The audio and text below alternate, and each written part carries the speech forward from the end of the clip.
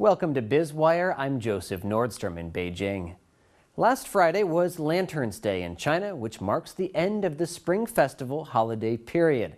This means hundreds of millions of people have already returned to the cities where they work or are actively looking for steady employment.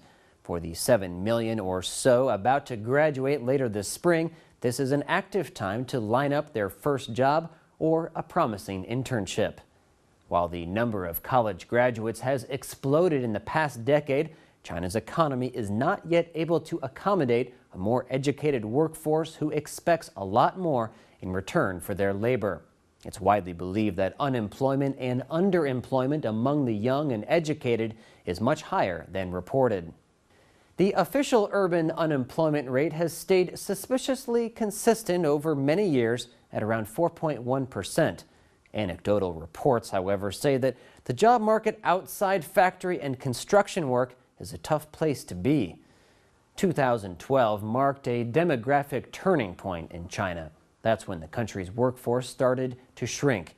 In 2012, 3.5 million more people retired than began working.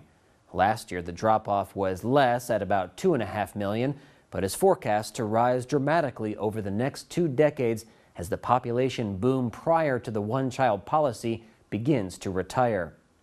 A researcher at the Institute of Population and Labor Economics under the Chinese Academy of Social Sciences, Wang Guangzhou, says the discrepancy between jobs wanted and offered shows that China's labor market will have a labor shortage and structural imbalance in the long run.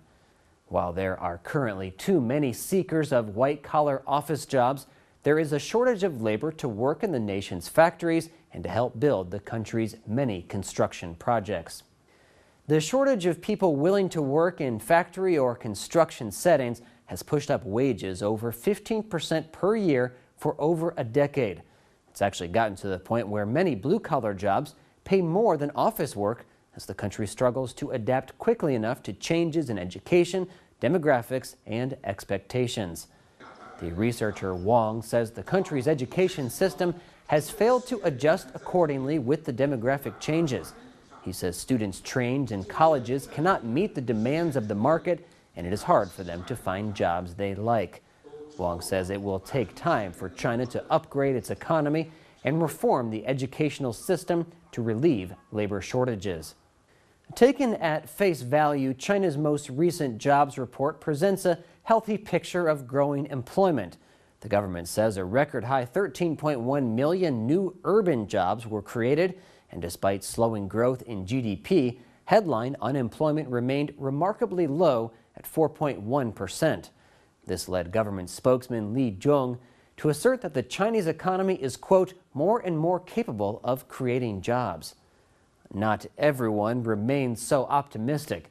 The demographic crunch is challenging officials to come up with new ways to support long-term economic growth. Chinese leaders also face headwinds from reining in a boom in credit, much of it in the under-regulated shadow banking system. Government data shows China's $9.4 trillion economy expanded 7.7% in the fourth quarter from a year earlier, exceeding expectations. But for the economy to advance through this middle-income period, where many countries have stalled before, China will need to create more opportunities for highly skilled workers so that labor adds more value to the country's products and services. You're watching Biz Wire on the Blue Ocean Network, China's first and only privately owned English language broadcast media.